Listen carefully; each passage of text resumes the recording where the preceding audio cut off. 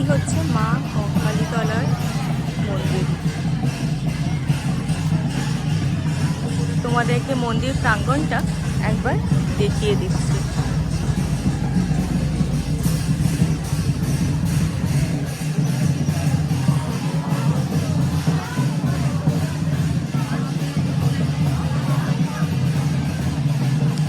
এখানে 26 স্ক্রিপ্চারে দেখে বলা হচ্ছে মায়ের 51 সতীপীঠ কোথায় কোথায় আছে, সেখানে কোথায় কোথায় কি পড়েছে আমাদের।